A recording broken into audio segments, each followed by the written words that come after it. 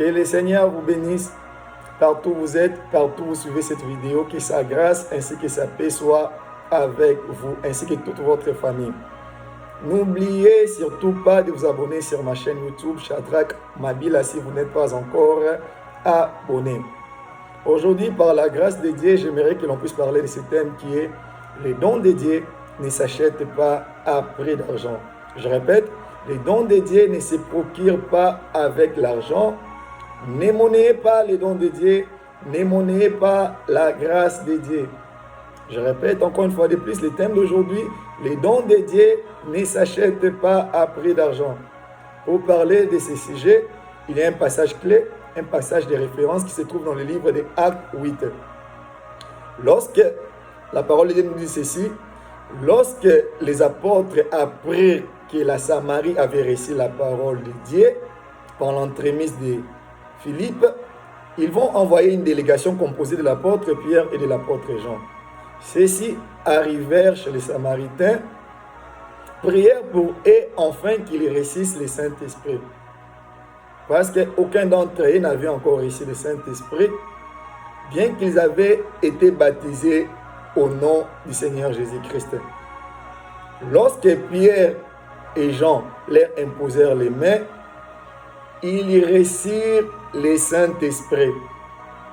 Lorsque Simon vit que le Saint-Esprit était donné par imposition des mains des apôtres, écoutez très bien, il leur offrit de l'argent en disant « Accordez-moi aussi ce pouvoir, afin que celui à qui j'imposerai les mains reçoive aussi le Saint-Esprit. » Mais Pierre lui dit « Que ton argent périsse avec toi, puisque tu as cru que les dons de Dieu s'acquéraient à prix d'argent. » C'est là où nous sommes, Actes 8, 20.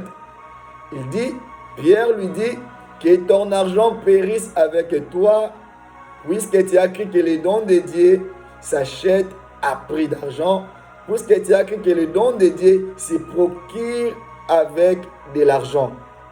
C'est pourquoi nous disons, ne monnayez pas les dons de Dieu, ne monnayez pas la grâce de Dieu. Chers serviteurs de Dieu, ne monnayez pas les dons de Dieu. Certes que l'œuvre de Dieu a besoin d'argent, mais donner à l'argent une importance démesurée, une place démesurée, cela constitue un vrai problème. Nous sommes dans une génération où on ne parle que d'argent. On monnaie la grâce de Dieu, on monnaie les dons de Dieu. C'est pourquoi je dis, ne monnayez pas les dons de Dieu, ne monnayez pas la grâce de Dieu. Un autre passage se trouve dans le livre de l'Évangile de Jean, chapitre 2. La parole de Dieu nous dit ceci, la Pâque des Juifs était proche et Jésus va monter à Jérusalem. Il entra dans le temple et il y trouva les vendeurs de bœufs, les vendeurs de brebis et de pigeons et les changèrent assis. Il fit un fouet avec des cordes et les chassa tous du temple, ainsi que les brebis et les bœufs. Il va disperser la monnaie des changeurs et renverser les tables. Il dit aux vendeurs de pigeons, ôtez cela d'ici. Ne faites pas de la maison de mon père une maison de trafic. Je répète, il dit aux vendeurs de pigeons, ôtez cela d'ici. Ne faites pas de la maison de mon père une maison de trafic. Dans d'autres versions comme Semer, on dit, Jésus dit aux vendeurs de pigeons, ôtez cela d'ici. Ne faites pas de la maison de mon père une maison de commerce. C'est comme dans cette génération, les assemblées locales, les églises locales sont devenues des lieux de commerce. Les églises locales sont devenues des lieux de commerce. Ne faites pas de vos églises locales des lieux de commerce. On ne parle que d'argent. On ne parle chaque jour que d'argent. L'argent, argent matin, argent midi, argent soir. Les pasteurs deviennent de plus en plus riches au détriment du peuple de Dieu.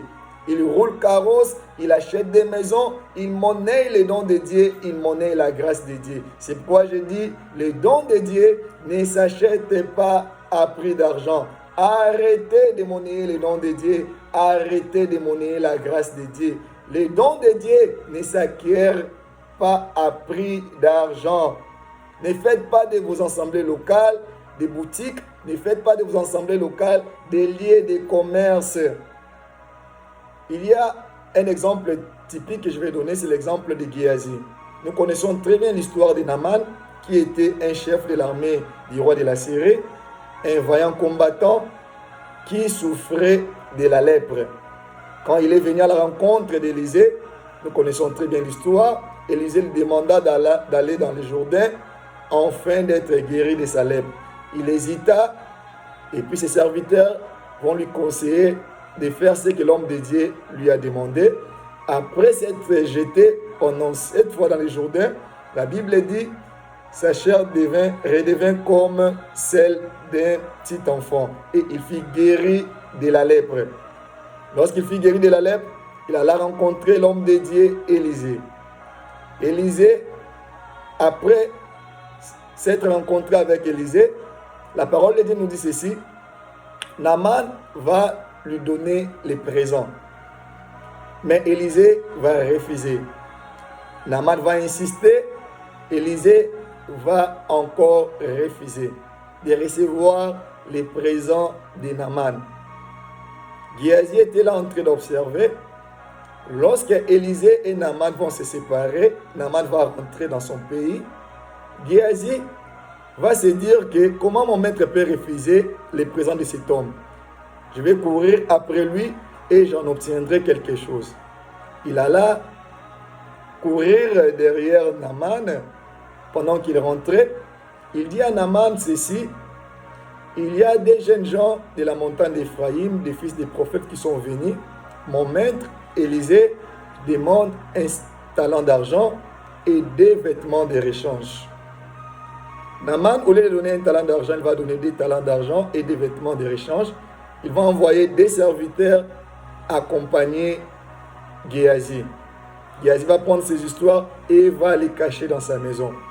Lorsqu'il va revenir, Élisée va lui poser la question: où était-il? Il dit: je n'étais ni d'un côté ni de l'autre. Élisée va lui dire: mon esprit n'était pas absent lorsque Naaman descendit de son char et qu'il te donnait ces choses. Il lui posa la question: est-ce le temps pour l'argent ou est-ce le temps pour les vêtements? C'est la question qu'on pose encore aujourd'hui. Est-ce le temps pour l'argent? On ne parle que d'argent. On ne voit que l'argent. On ne parle que d'argent. Ou est-ce le temps pour les vêtements? C'est pourquoi la parole de Dieu nous dit, Élisée dit à Géasi: la lèpre qui était chez Naaman va s'attacher à toi et à toute ta postérité. Et il quitta dans la présence d'Élisée avec la lèpre. Pourquoi? À cause de la cupidité. À cause de la cupidité. Il y a certains serviteurs de Dieu qui ressemblent à Géasi. Ils ne voient que l'argent. Devant un miracle, ils ne voient que l'argent. Devant une prophétie, ils ne voient que l'argent. Il faut être un très bon serviteur de Dieu. On ne voit pas que l'argent partout. Il faut être un serviteur de Dieu à l'image d'Élisée. Élisée va refuser les présents. Mais il y a des serviteurs de Dieu qui ne voient que les présents. Devant un miracle, ils ne voient que l'argent. Devant la prophétie, ils ne voient que l'argent. Il y a même actuellement des consultations prophétiques payantes. Ne monnayez pas les dons de Dieu. Ne monnayez pas la grâce de Dieu. Ne ressemblez pas à Géasi. L'argent, la cupidité. Nous sommes dans une génération où la cupidité a atteint le paroxysme. On ne voit que l'argent. Des serviteurs de Dieu plus avares que les pharisiens. Ne monnayez pas les dons de Dieu. Ne monnayez pas la grâce de Dieu. Les dons de Dieu ne s'achètent pas à prix d'argent. Arrêtez de faire de vos assemblées locales des lieux de commerce. Arrêtez de faire de vos lieux de prière des lieux de commerce. Les dons de Dieu ne s'achètent pas à prix d'argent. Il y a des serviteurs qui sont plus avares, plus cupides que Balaam, qui à cause de l'argent a voulu maudire le peuple d'Israël qui était béni. C'est pourquoi je dis, arrêtez de monnayer les dons de Dieu. Les dons de Dieu ne s'achètent pas à prix d'argent. Arrêtez de monnayer la grâce de Dieu. Avant de prier pour quelqu'un, il faut voir l'argent. Il faut une offrande. Avant de prophétiser, il faut une offrande. On ne voit que l'argent. On monnaie les dons de Dieu. On monnaie la grâce de Dieu. Alors que les dons de Dieu ne s'achètent pas à prix d'argent. Les dons de Dieu ne s'achètent pas à prix d'argent. Ne faites pas de vos assemblées locales des lieux de commerce. Que le Seigneur vous bénisse, que sa grâce ainsi que sa paix soient avec tous. Amen.